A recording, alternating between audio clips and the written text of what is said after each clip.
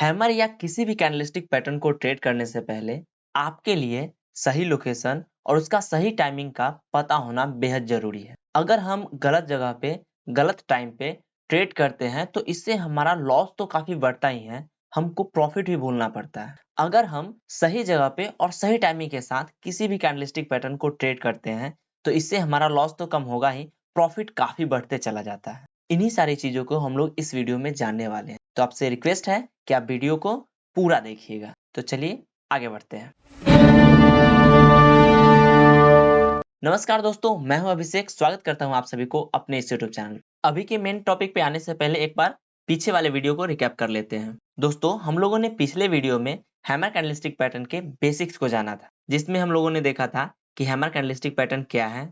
फिर हम लोगों ने हैमर कैंडलस्टिक पैटर्न के अपीयरेंस को देखा था, जिसमें हम लोगों ने देखा था कि हैमर कैंडलस्टिक पैटर्न का बॉडी कैसा होता है, वीक कैसा होता है, इसकी लंबाई कितनी होती है, बड़ा होता है, छोटा होता है, उसका शेप एक ही हो सकता है या ज्यादा हो सकता है। इन सारी चीजों को हम लोगों ने अपीयरेंस में कवर किया था। फिर हम लोगों ने उसके स्ट्रक्चरल अंडरस्टैंडिंग को देखा था, जिसमें हम लोग को पता चला था कि भाई हैमर कैंडलस्टिक पैटर्न का जब स्ट्रक्चर बनता है तो उसके पीछे क्या रीजन होता है, कैसे ये फॉर्म होता है।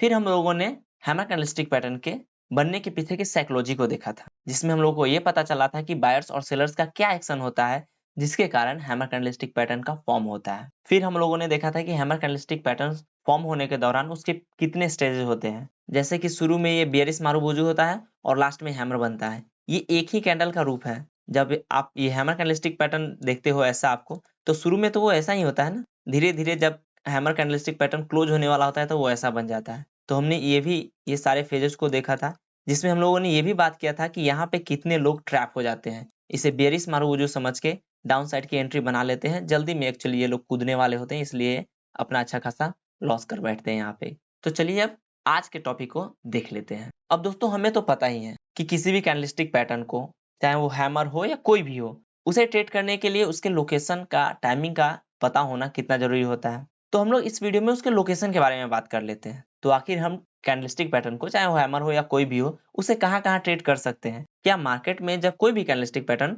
कहीं भी फॉर्म होता है तो क्या हम उसे वहीं पे ट्रेड कर लेते हैं? नहीं करते हैं ना। उसे हम एक स्पेसिफिक जगह पे चाहते हैं कि वो कैंडल वहां बने तो हम ट्रेड करते हैं। अगर वो ना ही नहीं बनता है वहां पर तो ट्रेड नहीं करते हैं। उसके लिए उसके कुछ जगह है, खास जगह है, जहाँ पे बने तो हम आराम से ट्रेड कर सकते हैं। जैसे कि एक होता है हमारा सपोर्ट लाइन पे, दूसरा हो सकता है हमारा ट्रेंड लाइन में, जब मार्केट अपवर्ड ट्रेंड में हो तब हम वहां पे ट्रेड कर सकते हैं। और ट्रेंड लाइन में भी हमारा है short range, long range, range कितना बड़ा होना चाहिए, छोटा होना चाहिए, ये सारी चीजों को हम लोग अभी देखने वाले हैं। फिर मार्केट जब डाउन ट्रेंड में हो तो डाउन ट्रेंड में हम कहाँ ट्रेड करें, कहाँ पर हमारा कैंडलस्टिक पैटर्न बने तो हमें ट्रेड करना चाहिए। इसमें भी लॉन्ग रेंज, शॉर्ट रेंज है। साइडवेज जब मार्केट हो तो उसमें हम लोग कब ट्रेड करें, ये भी हमें देखना है। तो इन सारी चीजों को हम लोग अभी देखने वाले हैं। देखिए आज के वीडियो में हम लोग कहाँ तक इसे कवर कर पाते हैं। दोस्तों, ये सपोर्ट लाइन आप देख लिए।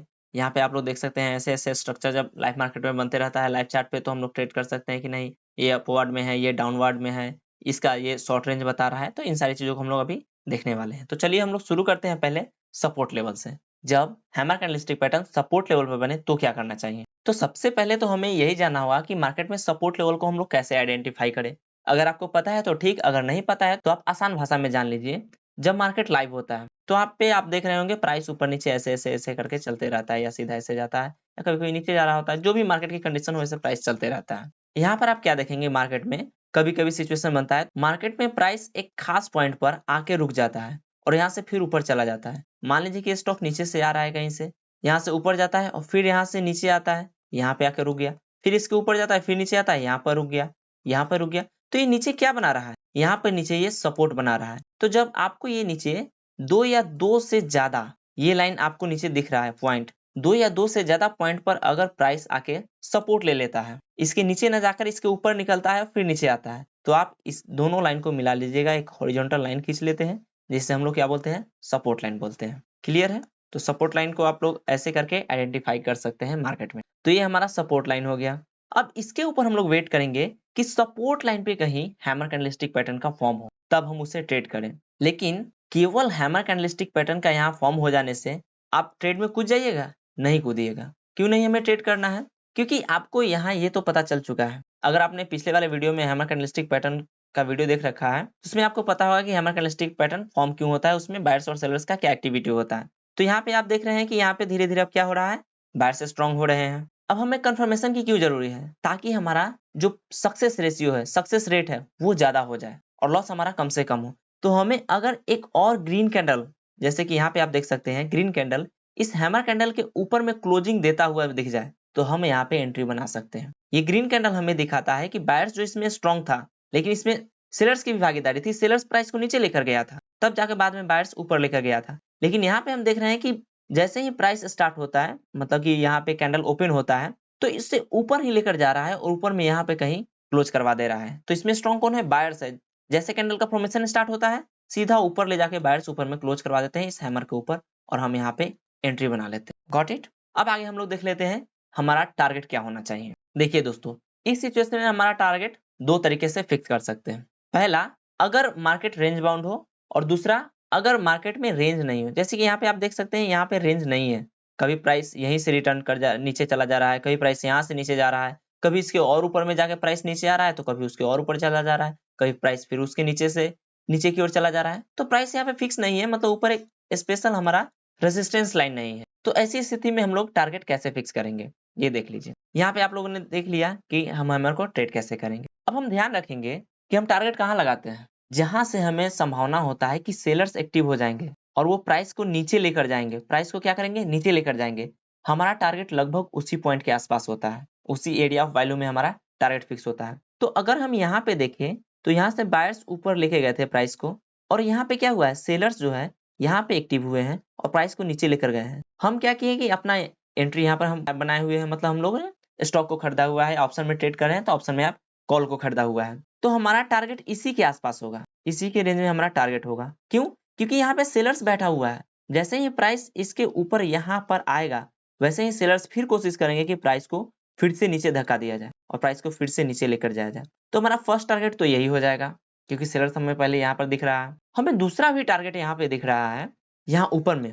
अगर इस टारगेट को क्रॉस कर जाता है मार्केट, पहले तो यहाँ पर जैसे ही मार्केट पहुंचेगा, मार्केट का आने का मतलब जैसे ही यहाँ पे प्राइस पहुंचता है, हम अपना 50% से ऊपर क्वांटिटी हम अपने फर्स्ट टारगेट पे निकाल लेते हैं। तो यहाँ पे 50% या उससे ज्यादा आप क्वांटिटी चाहे तो आप 70-80% अपना क्वांटिटी यहीं पे निकाल सकते हैं। उसके बाद जैसे ही प्राइस ऊपर जाने लगे, तो आप कुछ क्वांटिटी को 25% हो सकता है, 10% हो सकता है, 15% हो सकता है, होल्ड कर सकते हैं, वेट कर सकते हैं कि अगर प्राइस ऊपर जाए तो हम ऊपर तक वेट करेंगे, वहां पे हम बुक करेंगे। इसका लास्ट पॉइंट ये है, बायर्स जो है यहाँ से प्राइस को ऊपर लेके गया था, फिर सेलर्स नीचे लेके आ रहा है, फिर बायर्स ऊपर लेके गए। यहाँ पे सेलर्स बैठे हुए हैं, यहाँ भी सेलर्स बैठे हुए थे, लेकिन इन सेलर्स को बायर्स क्या किया? हरा चुका है मार्केट में और इसके ऊपर निकल गया है। अब यहाँ पर भी सेलर्स बैठे हुए हैं। तो हमारा नेक्स्ट टारगेट जो होगा, ये तो हमारा टारगेट 1 हो गया, नेक्स्ट टारगेट जो टारगेट 2 है वो यहाँ पे होगा। जैसे ही प्राइस यहाँ पे पहुंचेगा, इसके ऊपर में अगर कोई टारगेट नहीं दिख रहा है, तो हम यहीं पे अपना सारा क्वांटिटी स्क्वायर ऑफ कर लेंगे, मार्केट से हम यहाँ पर निकल जाएंगे। तो आपको समझ में आ गया कि मार्केट ऐसे ऐसे करके जा रहा हो तो कहाँ पे हमें टारगेट अपना फिक्स करना है। ऐसी स्थिति में हमें देखना है कि जो हम हैमर को ट्रेड कर रहे हैं या कोई भी बुलिश कैंडलस्टिक पैटर्न को यहाँ पर ट्रेड कर रहे हैं, तो उसके पीछे, उसके जस्ट पीछे स्विंग हाई कौन सा है, उसी के स्विंग हाई पर हम अपना फर्स्ट टारगेट रखेंगे। हमारा सेकंड टारगेट क्या हो सकता है? उसके पीछे वाला जो स्विंग हाई होगा उसको हम अपना सेकंड टारगेट रख सकते हैं, जो इसके ऊपर होगा। ध्यान रखेंगे कि हैमर कैंडलस्टिक पैटर्न के सबसे नजदीक वाला स्विंग हाई को हम लोग अपना फर्स्ट टारगेट मानते हैं। अब देखिएगा कि ये मार्केट इतना प्राइस मूवमेंट कर चुका है। मान लीजिए कि यहाँ पे प्राइस जो है 100 रुपए है, अब यहाँ पे प्राइस 200 के आसपास पहुंच गया, यहाँ पे 205 है, फिर यहाँ पे लगभग 150 है। तो क्या अभी भी हम इस 100 रुपए को लेकर चलेंगे? भाई इसके बीच में प्राइस बहुत बार ऊपर नीचे कर चुका है, तो इसको हम कैंसिल कर देंगे। हम इसे अपना टारगेट लेकर नहीं चलेंगे। जो हमारा नजदीक वाला होगा, हैमर कैंडलस्टिक पैटर्न के सबसे नजदीक वाला जो हमारा स्विंग हाई होगा, उसके पीछे वाला, उसी पर हम अपना फर्स्ट टारगेट रखेंगे, और सेकंड टारगेट जो उसके ऊपर में जो भी होगा स्विंग हाई, उसके ऊपर अपना सेकंड टारगेट रखें। समझ में आ गया? चलिए अब हम लोग नेक्स्ट देख लेते हैं। नेक्स्ट हम टारगेट अपना रख सकते हैं रेसिस्टेंस को देखते हुए। मार्केट में आपको बहुत बार ऐसा सिचुएशन मिल जाएगा जहां पर एक क्लियर आपको रेसिस्टेंस भी दिखेगा, क्लियर आपको सपोर्ट भी दिखेगा। ऐसी स्थिति में हमारे लिए ट्रेड करना बहुत आसान हो सकता है। जैसे ही हमें सपोर्ट पे हैमर कैंडलस्टिक पैटर्न फॉर्म होता हुआ दिखता है, साथ में हमें एक कंफर्मेशन के लिए ग्रीन कलर का कैंडल बनता है जिसका क्लोजिंग हैमर कैंडलस्टिक पैटर्न के क्लोजिंग के ऊपर में होता है, वैसे हम मार्केट में एंट्री लेते हैं। हमारा फर्स्ट टारगेट क्या होता है? जो हमारा रेसिस्टेंस है, रेसिस्टेंस एक लेवल होता है, हमारा एक एरिया होता है, उसी एरिया को हम अपना फर्स्ट टारगेट मानेंगे और यहाँ पे क्या करेंगे? अपना 80-90% अपना पोजीशन स्क्वायर ऑफ कर लेंगे। इसके ऊपर अगर प्राइस निकलता है तो और वेट करेंगे, इसके पीछे जो भी हाई लगाया रहेगा मार्केट, वहां तक हम वेट करेंगे, और वहां पे अपना पोजीशन पूरे स्क्वायर कर लेंगे। समझ में आ गया? तो इसमें हमें ट्रेड करना काफी आसान, जब मार्केट एक रेंज में हो, अच्छा खासा रेंज हो, जहाँ पे सपोर्ट रेसिस्टेंस आपको क्लियर दिख रहा है। कभी कभार आपको मार्केट में क्लियरली रेसिस्टेंस नहीं दिखता है, कुछ इस प्रकार से आपको रेसिस्टेंस दिख जाएगा, जहाँ पे बहुत सारा लेकिन फिर भी 2-3 पॉइंट टच कर रहे हैं, मतलब आप इससे अच्छा खासा रेसिस्टेंस मान सकते हैं। कभी कभी ये पॉइंट कनेक्ट ना करे, 2 ही कनेक्ट हो या 2 भी कनेक्ट ना करें, जैसे कि मैंने अभी पीछे बताया है कि कैसे यहाँ पे स्विंग हाई को हम यूज करते हुए अपना टारगेट लगा सकते हैं, वैसे ही यहाँ पर भी हम अपना टारगेट फिक्स कर सकते हैं। जैसे कि यहाँ पे हमें 3 स्विंग हाई पीछे दिख रहा है, ये दिख रहा है, ये दिख रहा है, ये दिख रहा है, तो इसे भी हम अपना रेसिस्टेंस मांग लेंगे। तो हम इस स्थिति में जहाँ पे हमें दिख रहा है कि हमें ऊपर एक रेसिस्टेंस मिल गया है और साथ में देख रहे हैं कि बीच में हमें एक स्विंग हाई भी मिला हुआ है छोटा सा, तो हम क्या करेंगे? तो हमने आपको पहले बता रखा है कि हैमर कैंडलस्टिक पैटर्न के सबसे नजदीक जो होगा, चाहे स्विंग हाई हो या फिर रेसिस्टेंस हो, हम उस पर पहले अपना टारगेट रखेंगे। तो हमारा सबसे नजदीक में कौन है? स्विंग हाई है, तो यही स्विंग हाई हमारा फर्स्ट टारगेट होगा। अगर मार्केट इसे क्रॉस करता है, मार्केट करने का मतलब प्राइस इससे जब क्रॉस करेगा, तो हमारा सेकंड टारगेट ये रेजिस्टेंस लेवल होगा। इतना तक समझ में आ गया? चलिए अच्छी बात है। अब नेक्स्ट है हमारा एसएल कैसे लगाएं। अभी ये सारी चीजों को हम लोग अभी आपको चार्ट पे बताने वाले हैं, टेंशन मत लीजिए। स्टॉप लॉस हम कहाँ पर लगाएं? दोस्तों स्टॉप लॉस लगाना इसमें काफी इजी है।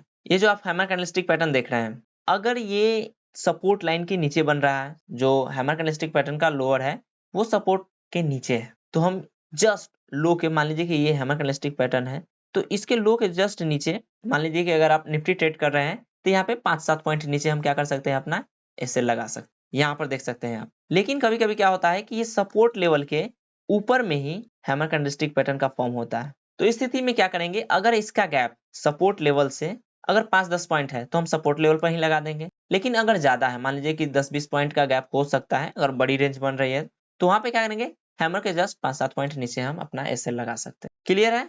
एसएल में कोई दिक्कत आपको नहीं आनी चाहिए। अब हम इन सारी चीजों को चार्ट पर देख लेते हैं। देखिए दोस्तों, अब हम लोगों ने यहाँ पे चार्ट ओपन कर लिया है। एक बात और आप ध्यान रख लीजिए कि जो भी चार्ट आपको यहाँ पर डिस्प्ले पर दिख रहा है, वो बस मैं एक एग्जांपल के लिए आपको दिखा रहा हूँ। ये किसी भी तरीके का आपको एडवाइस या रिकमेंडेशन नहीं दिया जा रहा है, बस एग्जांपल के लिए आपको सिखाने के लिए मैं यहाँ पे बता रहा हूँ। अब देख लीजिए, यहाँ पे हमें एक क्लियर सपोर्ट लाइन दिख रहा है। यहाँ पे प्राइस यहाँ से ऊपर जाता है, फिर प्राइस यहाँ से नीचे आता है, फिर प्राइस ऊपर जाता है, फिर नीचे आता है। मतलब क्या हो रहा है? यहाँ से बायर्स प्राइस को ऊपर की ओर धक्का देके ऊपर ले जा रहे हैं। यहाँ पे बैठे हुए हैं सेलर्स, जो चाह नहीं रहे कि भाई मार्केट इसको ऊपर क्रॉस करे। क्यों चाहेगा सेलर्स? वो तो मार्केट में बेचना चाहते हैं, चाहते हैं कि मार्केट जितना नीचे से जा सके उतना नीचे लेकर जाए, इसलिए प्राइस को नीचे लेकर आ रहे हैं। फिर यहाँ पे कौन है भाई?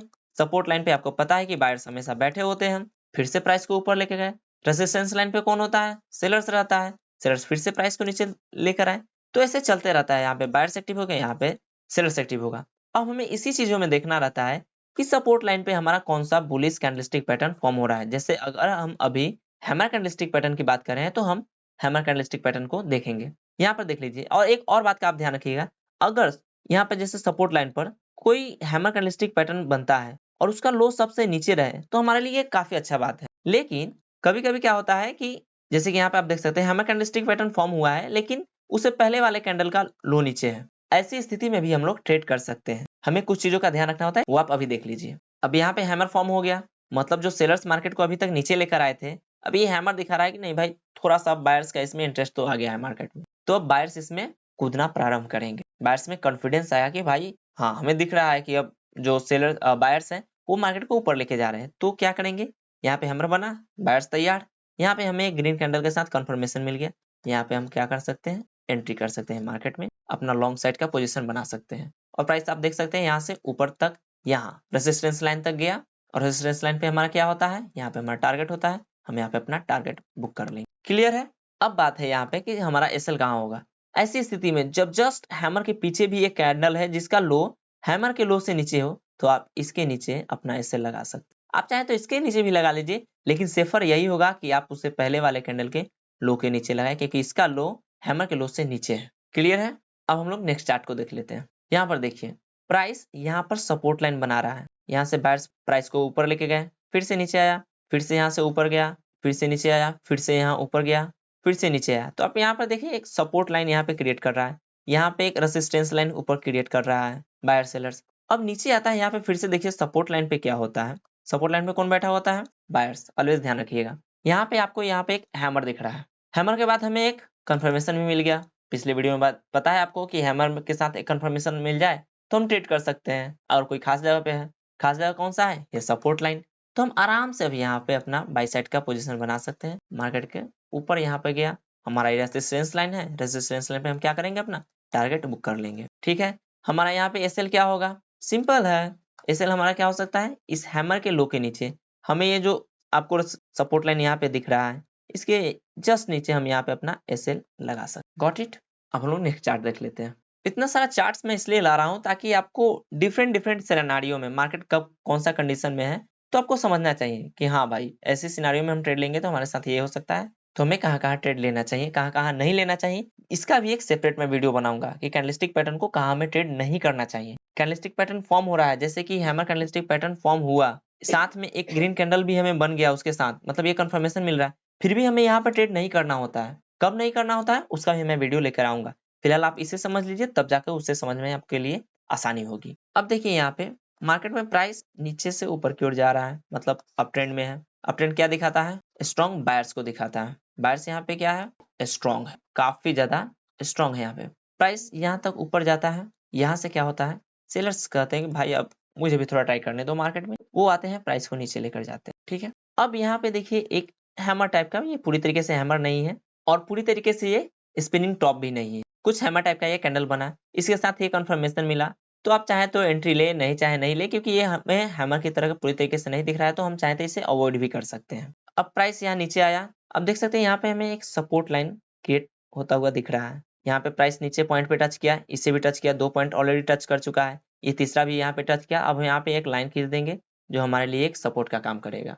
प्राइस यहाँ से ऊपर जाता है और नीचे आता है, थोड़ा सा ही नीचे आता है, यहाँ से बायर्स एक्टिव होकर फिर से प्राइस को ऊपर लेके जाते हैं, फिर प्राइस नीचे आता है। अब यहाँ पे देखिए एक हैमर कैंडलस्टिक पैटर्न का, प्रॉपर हैमर कैंडलस्टिक पैटर्न का यहाँ पे फॉर्म होता हुआ दिख रहा है। अब हम वेट करेंगे कंफर्मेशन का, हमें यहाँ पे कंफर्मेशन भी मिल गया कि भाई अब हम यहाँ पे ट्रेड ले सकते हैं। हमें यहाँ पे क्या मिला, एक कंफर्मेशन मिल गया। अब हमें बताइए एक बात, आप हमें इसका प्रीवियस स्विंग यहाँ पे दिख रहा है, स्विंग हाई, हमें कंफर्मेशन यहाँ पे मिल रहा है, क्या यहाँ पे हमें ट्रेड लेना उचित होगा? हमारा टारगेट यही है। अब यहाँ पे हमें बताइए, लगभग अगर हम 80 पॉइंट मान लेते हैं यहाँ पे हमारा टारगेट है, तो हमारा जो स्टॉप लॉस है वो लगभग 100 पॉइंट का है। तो हम 80 पॉइंट के टारगेट के लिए क्या 100 पॉइंट का स्टॉप लॉस दे सकते हैं? नहीं दे सकते हैं। हम कम से कम कोशिश करेंगे कि हमारा 1:2 का रिस्क रिवार्ड रेशियो मेंटेन रहे, ताकि हम प्रॉफिटेबल हो, लॉस मेकिंग ट्रेडर नहीं बने।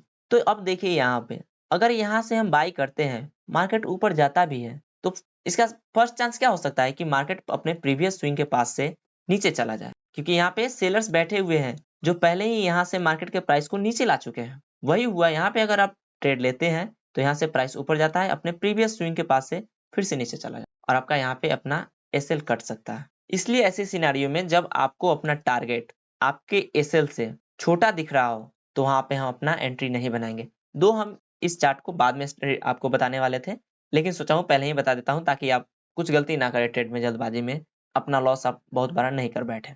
तो ऐसी सिचुएशन भी मार्केट में होते रहता है, यहाँ पे हमें कंफर्मेशन मिलने के बाद भी ट्रेड नहीं लेना होता है। ऐसे बहुत सारे सिचुएशन को हम लोग डिस्कस करेंगे किसी और वीडियो में कि हमें ट्रेड कहाँ नहीं लेना है। देखिए दोस्तों, एक सिचुएशन ये भी हो सकता है कि मार्केट ऐसे अपवर्ड ट्रेंड में है, ऐसे करके मार्केट अप ट्रेंड में, इसके बाद मार्केट क्या होता है, यहाँ पे एक अपना हाई बनाता है, उसके बाद नीचे आता है प्राइस, फिर से थोड़ा सा ऊपर जाके फिर से प्राइस नीचे आता है, और यहाँ पे आपको हैमर कैंडलस्टिक पैटर्न फॉर्म होता हुआ दिख जाता है। अब हम क्या वेट करेंगे भाई, ये नीचे साइड में आप यहाँ पे देख सकते हैं हमें सपोर्ट लाइन भी लगभग यहाँ पे मिल रहा है। अब नीचे साइड में यहाँ पे एक हैमर कैंडलस्टिक पैटर्न का फॉर्म हो गया। अब हम वेट करेंगे कंफर्मेशन का, हमें यहाँ पे कंफर्मेशन भी मिल गया कि हम बाई कर सकते हैं यहाँ से, लेकिन हम देखेंगे यहाँ पे अपना रिस्क रिवार्ड रेशियो। अब हमारा पहला टारगेट तो ये है, दूसरा टारगेट ये है, ये क्या है टारगेट 2, ये हमारा टारगेट 1, और हमारा ये क्या हो जाएगा, एसएल हो जाएगा। तो लगभग हमारा यहाँ पे 1:1 का रिस्क रिवार्ड रेशियो मिल रहा है।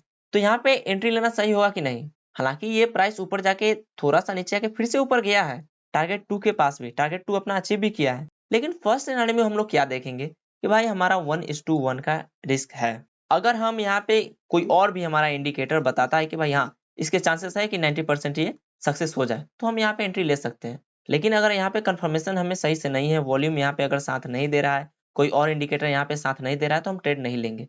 1:1 के लिए हमें जाना सही नहीं होता है, क्योंकि यहाँ पे देखिए 50-50 का चांस हो जाता है, जो ठीक नहीं होता है ट्रेडिंग के लिए। समझ में आ गया? तो यहाँ भी हम चाहें तो ट्रेड को हम लोग अवॉइड कर सकते हैं, या फिर थोड़ा सा रिस्क लेना चाहें तो हम लोग एंट्री कर भी सकते हैं। अब दोस्तों हमारे पास और भी चार्ट्स है, लेकिन वीडियो काफी लंबा हो चुका है। अगर आप चाहते हैं कि आपको एग्जांपल्स के साथ मतलब ढेर सारे चार्ट्स के साथ इन सारी चीजों को समझाया जाए कि हमें कहाँ पे एंट्री लेना है, कहाँ पे नहीं लेना है, कौन सी सिनारी में हमको एंट्री लेना है, कौन सी सिनारी में हमको एंट्री लेने से बचना है। अगर आप ऐसा चाहते हैं तो प्लीज वीडियो के कमेंट सेक्शन में आप बताइएगा कि हमें और भी चार्ट्स के साथ वीडियो चाहिए, हमें और भी एग्जाम्पल चाहिए, तो मैं और भी चार्ट्स के साथ वीडियो बनाऊंगा। वीडियो और लंबा होता चला जाएगा, लेकिन आपके लिए वो आसानी होगा, आपके लिए काफी फायदेमंद होगा, क्योंकि आपको यहाँ पे सिनेरियो रियल मार्केट में रियल चार्ट पर आपको सिनेरियो समझ में आ जाता है कि ऐसे सिनेरियो में हमें ट्रेड लेने से बचना है और ऐसे सिनेरियो में हमें ट्रेड लेना है। मार्केट की कंडीशंस का पता चलता है। तो आप कमेंट सेक्शन में जरूर बताइएगा अगर आप चाहते हैं कि ढेर सारे चार्ट्स पे आपको एग्जांपल के साथ समझाया जाए। अब इसके आगे हम लोग क्या समझाएंगे आपको, अपवर्ड ट्रेंड में जब मार्केट हो, मतलब कि अप ट्रेंड में हो,